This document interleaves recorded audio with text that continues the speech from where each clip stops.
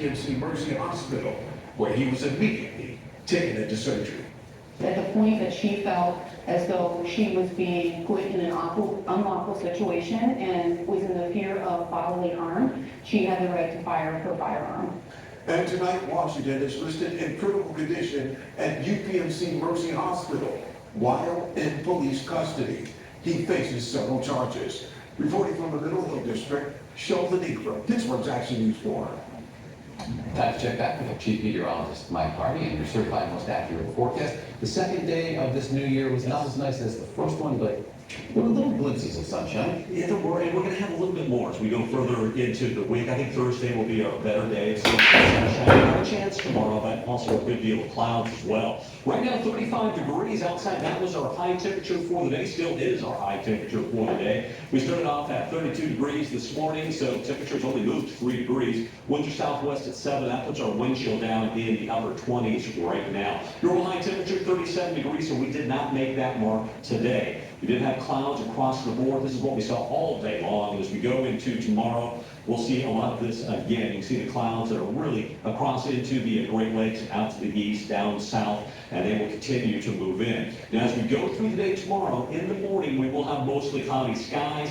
Then as we go later on, we'll have a chance of some breaks in the clouds as we go into the second half of the day. And then as we go into Wednesday night, those clouds will reemerge right back because we do have some flurries that'll be moving in very early on Thursday. So not much in the way of snow, that could have some flurries flying around in the morning hours. By the time we get to the second half of the day on Thursday, you can see what happens. We have some sunshine that will be returning for most of us, so that will be nice after that start with the flurries.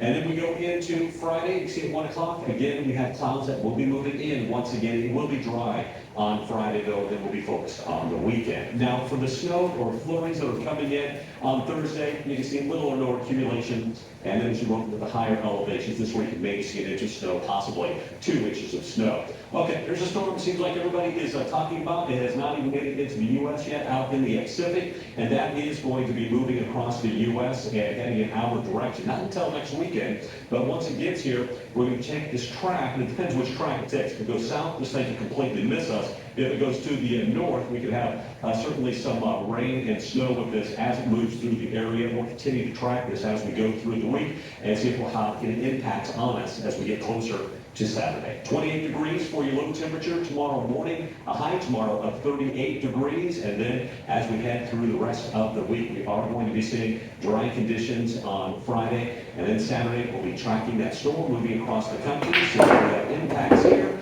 and next week, Tuesday, little chance for rain and snow.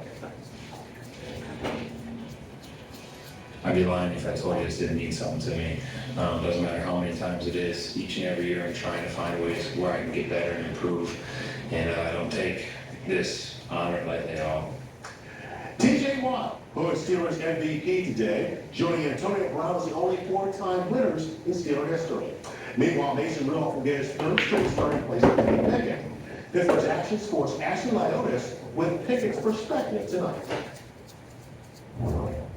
Adrian, tensions were a little bit high heading into this morning's locker room session with the Steelers. Of course, reports coming out this week that it was Kenny Pickett's decision not to back up Mason Rudolph in Seattle.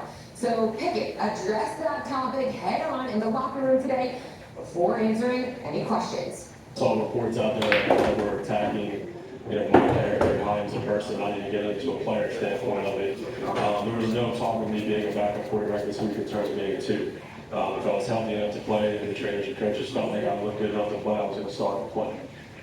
If they believed that I was not, which they believed I was not going to dress and suit up for the game. This week I'm out the 2. They feel good 4 weeks out of the surgery for me to dress and be the 2, so I will be the 2 and do what I have to do to be the Pickett did not dress on Sunday, regardless of being medically cleared to play. This week, he does expect to dress and be the backup behind Mason Rudolph, who Mike Tomlin named the starter this week. So with Pickett as a healthy number 2, it begs the question, what's the status of his starting spot?